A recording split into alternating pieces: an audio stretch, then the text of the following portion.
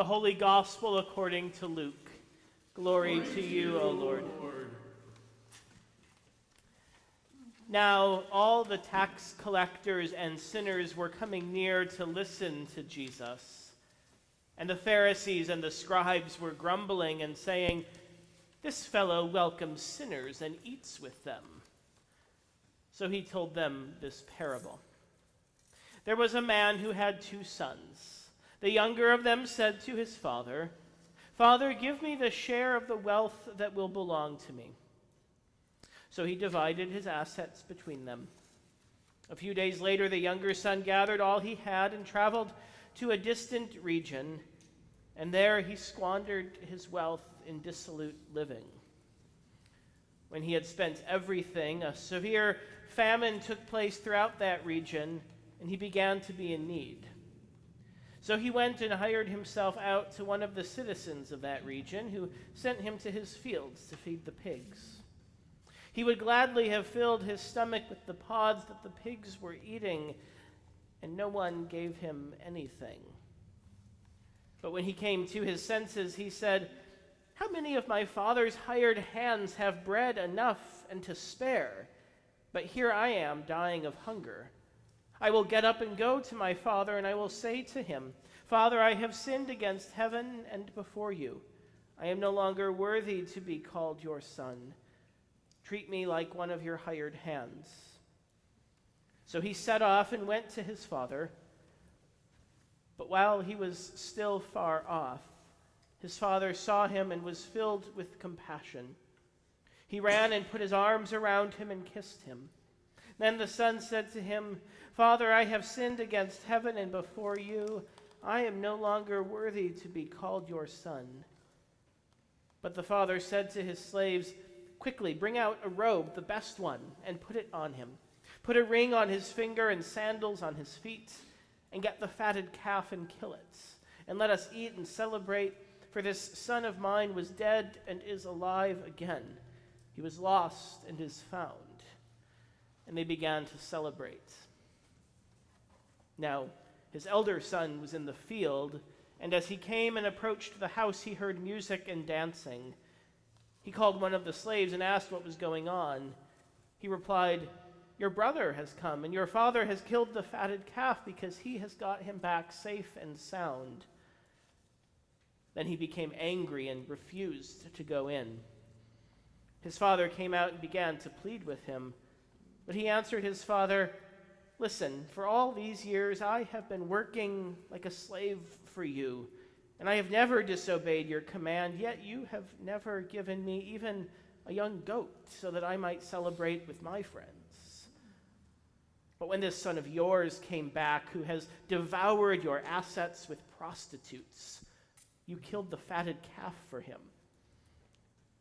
And the father said to him, 'Son, you are always with me, and all that is mine is yours.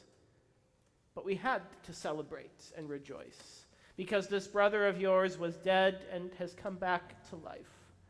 He was lost and has been found.'" The Gospel of the Lord.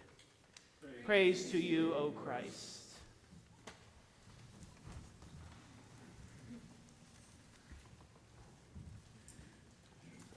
Now all the tax collectors and sinners were coming near to listen to Jesus, and the Pharisees and scribes were grumbling and saying, "This fellow welcomes sinners and eats with them." So he told them this parable. Well, actually, he told them 3 parables. You might have noticed a few missing verses in the citation in your bulletin. The first, "Which of you, having 100 sheep and losing one of them, does not leave the 99 in the wilderness and go after the one that is lost until he finds it? And when he has found it, he lays it on his shoulders and rejoices. And when he comes home, he calls together his friends and neighbors, saying to them, 'Rejoice with me, for I have found my lost sheep.'" And the second, "Or what woman having 10 silver coins, if she loses one of them, does not light a lamp, sweep the house, and search carefully until she finds it? And when she has found it, she calls together her friends and neighbors, saying, 'Rejoice with me, for I have found the coin that I had lost.' And then there was a man who had 2 sons. There's the parable of the lost sheep, the parable of the lost coin, and the parable of the prodigal son. This is perhaps a good time to remind ourselves that Jesus didn't speak with story titles any more than the Greek text of the gospel had subject headings. But beyond that, it also seems to me to move our attention away from another more striking contrast between these 3 stories. I don't think this is so much about the sheep or the coin or the son, the ones who get lost. Instead, I'm more drawn to the ones who do or maybe don't do the searching. First, the shepherd goes out of his way, leaving 99 sheep behind, risking his own life as much as theirs to find the one lost sheep. And then the woman does a deep clean of her whole house just to track down one missing coin when she still has 9 left. But the father in the next parable gives in to his younger son's demand for his share of the family wealth without so much as a second thought, and he seemingly lets him go, just like that. He doesn't go searching for his son. He stays home. Did he worry? Did he ever wonder what happened to him? Did he ever ask the neighbors, ask around if anyone had seen or heard from him? Did it keep him up at night, not hearing from him, wondering if he was okay? Did he wonder, did he ever think about them? It was the fall of 1983 when Henry Nouwen first saw the painting. You should have this in your bulletins if you want to look at it. By way of a reproduction poster in a friend's office, he writes, "I saw a man in a great red cloak tenderly touching the shoulders of a disheveled boy kneeling before him. I could not take my eyes away. I felt drawn by the intimacy between the 2 figures, the warm red of the man's cloak, the golden yellow of the boy's tunic, and the mysterious light engulfing them both. But most of all, it was the hands, the old man's hands, as they touched the boy's shoulders that reached me in a place I had never been reached before." About 3 years later, Nouwen found himself at the Hermitage Museum in St. Petersburg, Russia, standing before Rembrandt's massive oil painting, 8 feet tall by 6 feet wide, taking in every last detail for hours on end. Nouwen's experience with this painting would later inspire him to write his own reflection on the parable it depicts. Later in his book, he says, "Often I have asked friends to give me their first impression of Rembrandt's Prodigal Son. Inevitably, they point to the wise old man who forgives his son, the benevolent patriarch. The longer I looked at the patriarch, the clearer it became to me that Rembrandt had done something quite different from letting God pose as the wise old head of a family. It all began with the hands. The 2 are quite different. The father's left hand touching the son's shoulder is strong and muscular.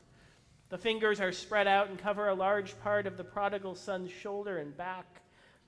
I can see a certain pressure, especially in the thumb. That hand seems not only to touch, but with its strength also to hold. How different is the father's right hand? This hand does not hold or grasp, it is refined, soft, and very tender. The fingers are close to each other and they have an elegant quality. It lies upon the son's shoulder. It wants to caress, to stroke, and to offer consolation and comfort. It is a mother's hand. The father is not simply a great patriarch, he is mother as well as father. He touches the son with a masculine hand and a feminine hand. He holds and she caresses. He confirms and she consoles. He is indeed God in whom both manhood and womanhood, fatherhood and motherhood are fully present.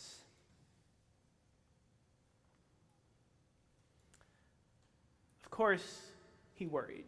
Of course, he wondered every day what happened to him. Of course, he asked the neighbors, "Have you heard anything?" Of course, it kept him up at night. Every night. How often had he looked out the window to maybe catch a glimpse of him? How many miles had he spent pacing along the property line, looking out into the horizon, hoping against hope? The father didn't go out looking for him like the shepherd after his sheep. He didn't tear apart the metaphorical house searching for him like the woman after her coin. But he saw him from a long way off. I like that image. Pastor Emmy Kegler writes, the father pacing the edge of his land, wrinkled hands shielding aging eyes, peering off into the distance where he last saw his son. He didn't go after him, but he didn't stop looking for him. He never stopped worrying. He never stopped wondering. He never stopped looking. Until the joyful, celebration-worthy reunion, without a second thought, he runs, throws his arms around him, and kisses him. Without letting him finish his rehearsed apology speech, did he even hear the opening line? He throws a party. Grace, in the most unexpected places, which when you think about it is kind of exactly how grace works. Deep theological truths like that can come to us by way of a biblical parable or by way of a 17th century painting. They can also come to us by way of our latest TV binge. In my case, this past Friday, with all 10 episodes of Mid-Century Modern on Hulu. Anyone else? Oh, got one hand behind the organ.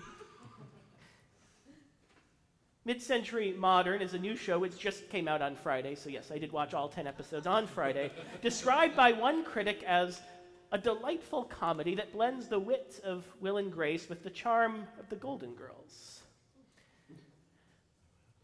When happy-go-lucky and occasionally dim-witted flight attendant Jerry, no relation, but think gay male Rose Nyland. When Jerry meets the closeted and about-to-be-married Mason on Fire Island, what happens next is not exactly the hookup that either of them had in mind, but instead a profound and unexpected conversation about faith and growing up gay in the church.